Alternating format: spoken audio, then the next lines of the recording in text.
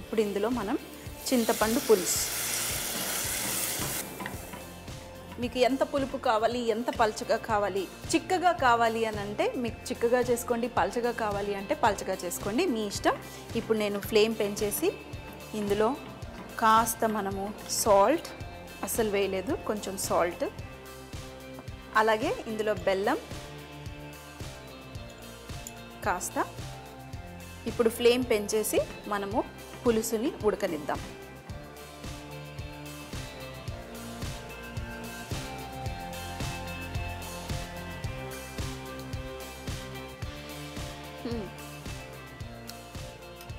కొంచెం పుల్లగా ఉంది, కాస్త వాటర్,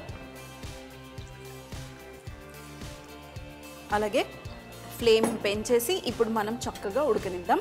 ఒక 3 మినిట్స్ వరకు బాయిల్ చేద్దాం. ఆ తర్వాత ఇందులో లాస్ట్లో కొంచెం పల్లీల పొడి వేసేసుకుంటే మనకి కొంచెం చిక్కదనం వేస్తుంది ఈ డిష్కి.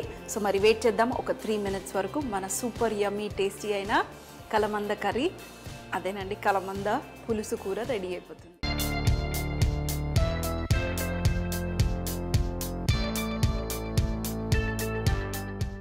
మన కలమంద పులుసు కూర రెడీ అయిపోతున్నట్టే, ఇంకొక 1 మినిట్లో రెడీ అయిపోతుంది. మరి చక్కగా బాయిల్ అయిపోయింది, అలాగే మన కలమంద కూడా కాస్త సాఫ్ట్గా అయిపోయింది. మరీ ఎక్కువగా సాఫ్ట్గా ఉడికించాల్సిన అవసరం లేదు. ఆల్రెడీ చెప్పాను కదా, ఇది ట్రాన్స్పరెంట్గా ఉంది, ఎక్కువ టైం అస్సలు పట్టదు. అలాగే పైకి తేలిపోయాయి చూడండి, ఉడికిపోయింది కాబట్టి ఇప్పుడు రెడీ. ఇందులో మనము లాస్ట్లో కొంచెం అంత మన పల్లీల పొడి కానివ్వండి, నువ్వుల పొడి కానివ్వండి, మీకు ఏది నచ్చితే మీరు అది వేసుకోవచ్చు. సో ఇందులో కొంచెం పల్లీల పొడి, ఇది ఇంకా టేస్ట్ని పెంచుతుంది, అందుకనే పల్లీల పొడి కానివ్వండి, నువ్వుల పొడి కానివ్వండి వేసుకోండి. అలాగే లాస్ట్లో కొత్తిమీర,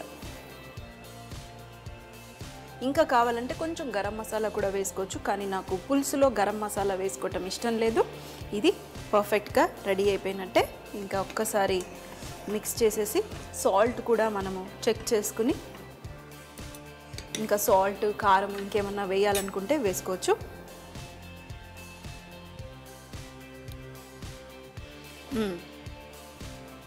తీపి, పులుపు, సాల్ట్ అంతా పర్ఫెక్ట్. కొంచెం వేస్తున్నాను బెల్లం, అలాగే కాస్త సాల్ట్. మరి స్టవ్ ఆఫ్. మరి ఇంకా ఇది రైస్తో అయితే చాలా బాగుంటుంది. రైస్కి ముద్దపప్పు ఉంటుంది కదా, ముద్దపప్పుతో ఈ పులుసు కూర తింటే ఇంకా అదిరిపోయినట్టే. సేమ్ మనం పులుసే, కాకపోతే ఇందులో కొంచెం మనం అలోవెరా వేసుకున్నాం అంతే, అంతకన్నా ఇంకా వేరే ఏం లేదు. ఇందులో ఉన్న జిగట కూడా మొత్తం పోయింది చూడండి, అసలు జిగటగానే లేదు. మన అలోవెరా కూడా చక్కగా ఉడికిపోయింది, అది కూడా ఒక్కసారి చూద్దాం. పర్ఫెక్ట్గా ఉడికిపోయింది చూడండి. ఫస్ట్లో ఎలా ఉండే, జిగటగా ఉండే, ఇప్పుడు అస్సలు ఆ జిగట అనేదే లేదు. ఓ వేడి వేడి. మరి ఇప్పుడు మనం సర్వ్ చేద్దాం. ప్లెయిన్ రైస్తోనే చాలా బాగుంటుంది. మధ్యలో మన అలోవెరా పీసెస్, మనం ఫస్ట్ ఉల్లిపాయ, అల్లం వేసుకొని పేస్ట్ చేసేసుకుందాం. దీంతోపాటు చాలాసార్లు పచ్చిమిరపకాయలని కూడా, అంటే పచ్చిమిరపకాయలు పేస్ట్ చేసేసి వేసుకుంటారు. ఇప్పుడైతే ఉల్లిపాయ, అల్లం, పచ్చిమిరపకాయలు దీన్ని మిక్సీలో వేసి బరబరమందాం. మరి కూర్మాలో ఇది అయిన వెంటనే కొబ్బరి, మరి ఇంత జీడిపప్పు వేసిన కొంచెం టేస్ట్ కొంచెం వేరే ఉండడం కోసం చిరోంజి అంటే తెలుసు కదా, మనం మొరిపండు అని చక్కగా చిట్టిగా ఉంటాయి, రాగి ఆకుల్లో పెట్టి అమ్ముతూ ఉంటారు. చిట్టి గ్లాస్ ఉంటుంది, ఆ గ్లాస్ ఇలా తీసి ఎంతో ఇది 10 రూపాయలు 20 రూపాయలు అంటారు. ఎప్పుడు ఎక్కడికి వెళ్ళినా కనిపిస్తే తప్పకుండా తీసుకొస్తాను. కానీ అవి ఎంత సాఫ్ట్గా ఉంటాయంటే అవి చక్కగా నీళ్ళల్లో ఇలా నానబెట్టేసుకొని దాన్ని చక్కగా తీసేసి తినాలి. మరి ఒక్కొక్కటి తింటా ఉంటే నోట్లో తీయగా చక్కగా ఉంటుంది. ఆ గింజల్లో నుంచి వచ్చినవే మన చిరోంజి గింజలు. ఈ విరక్కొట్టిన ఈ చిరోంజి పప్పుని మనం ముఖ్యంగా ఒక్కల్లో వాటిల్లో వేస్తూ ఉంటారు. మనం తింటూ ఉంటే భలేగా ఉంటుంది. మరి దాన్ని కూడా మనం వంటల్లో పేస్ట్ చేసి వాడుకోవచ్చు. ముందైతే మన ఉల్లిపాయ, పచ్చిమిరపకాయ, అల్లాన్ని పేస్ట్ చేసేసి వాడదాం. చక్కగా నూనె వేసుకొని వంట స్టార్ట్ చేద్దాం. మరి కూర్మాలు ఇలాంటివి చేసేటప్పుడు కొబ్బరి నూనె వాడతారు, మీకు ఇష్టమైతే వాడండి, లేకపోతే లేదు. కొంచెం నూనె వేసుకొని ఈ అల్లం, ఉల్లిపాయ, పచ్చిమిరపకాయల ఈ మిశ్రమాన్ని వేడి నూనెలో వేసేసుకొని కుక్ చేసుకుందాం. అయితే ఇందాక చెప్పాను కదా 4 సార్లు వాష్ చేయక్కర్లేదు. దీంట్లోనే మన చిరోంజి గింజలు అలాగే పచ్చి కొబ్బరి వీటిని కూడా వేసి దీంట్లో కొంచెం నీళ్లు కూడా పోసి దీన్ని ఫైన్గా పేస్ట్ చేసేసుకుందాం. ఇదంతా కుక్ అయిన తర్వాత దాంట్లో మళ్ళీ ఈ పేస్ట్ వేసుకుందాం. సో మరి ఈ ఉల్లిపాయలు వీటిని కొంచెం లైట్గా వేగించుకుని ఇలా ఉల్లిపాయల్ని వాటిని మిక్సీ జార్లో వేసుకోవడం వల్ల మన గ్రేవీ కూడా చాలా ఈజీగా వస్తుంది. అంతేకాకుండా కుకింగ్ కూడా చాలా ఫాస్ట్ అయిపోతుంది. దీంట్లో కొంచెం అంత ఉప్పు వేశారంటే తొందరగా ఈ మిక్చర్లో ఉన్న తేమ బయటకు వచ్చి చక్కగా కుక్ అయిపోతుంది. ఈ మిశ్రమం కుక్ అయ్యే లోపల మనం బీన్స్ వీటిని కూడా కట్ చేసేసుకుందాం. మరి మన పచ్చి బఠానీలు చిట్టి చిట్టిగా ఉన్నాయి కాబట్టి అదే సైజులో కట్ చేసేసుకుంటే ఈ కూర్మా బాగుంటుంది.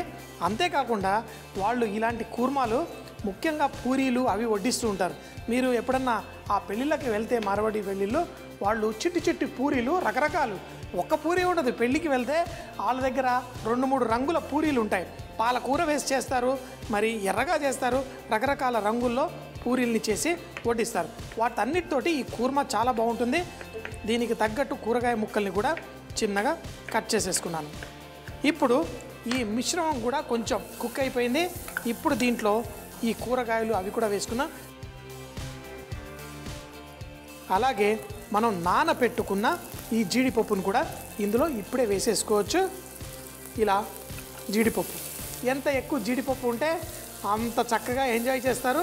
మరి ముఖ్యంగా వెజిటేరియన్స్కి మరి ఈ కూరగాయలు అన్నీ వేసి ఈ నూనె కొంచెం కనిపిస్తున్నప్పుడు దీంతో పాటు కొంచెం పసుపును కూడా వేసి వేయించేసుకుందాం. పసుపు కూడా చక్కగా ఇందులో కుక్ అయిపోయి మనకి చూడండి పర్ఫెక్ట్గా ఉంది. ఇప్పుడు మనం చేసుకున్న ఈ కొబ్బరి ఈ చిరోంజి పేస్ట్ని కూడా దీంట్లో వేసేసుకుందాం. వేసుకొని దీన్ని కూడా కొంచెంగా కుక్ చేసుకుందాం. ఇది ఇలా డ్రైగా వేయడం వల్ల తొందరగా కుక్ అయిపోతుంది. అదే బాగా నీళ్లు పోస్తే ఇంకొంచెం ఎక్కువసేపు పడుతుంది. కొంచెం కింద అంటుకుంటున్నట్టు ఉన్న మనం చేసుకుంటుంది నాన్ స్టిక్ ప్యాన్లో కాబట్టి ఏం పర్వాలేదు. చక్కగా దీన్ని వేయించుకొని తర్వాత దీంట్లో కావాలనుకుంటే కొంచెం అంత టమాటో ప్యూరీ కూడా వేసుకోవచ్చు. కానీ వేసే ముందు దీన్ని ఇంకా కొంచెం సేపు, అంటే ఈ మిశ్రమం గిన్నెకి అంటుకోకుండా నూనె బయటకు వస్తున్నప్పుడు టమాటా వేసుకుందాం. ఇది కొంచెం సేపు, ఇప్పుడు చూడండి ఇదంతా అంటుకోకుండా ఉంది. మన మసాలా మన ఈ పప్పులు కూడా చక్కగా కుక్ అయిపోయింది. ఇప్పుడు ఇందులో మనం టమాటో ప్యూరీ కొంచెం, అలాగే అంటే పచ్చిమిరపకాయలు వేసాం, నా కారం సరిపోతుంది కాదనుకుంటే కొంచెంగా వేసుకుందాం.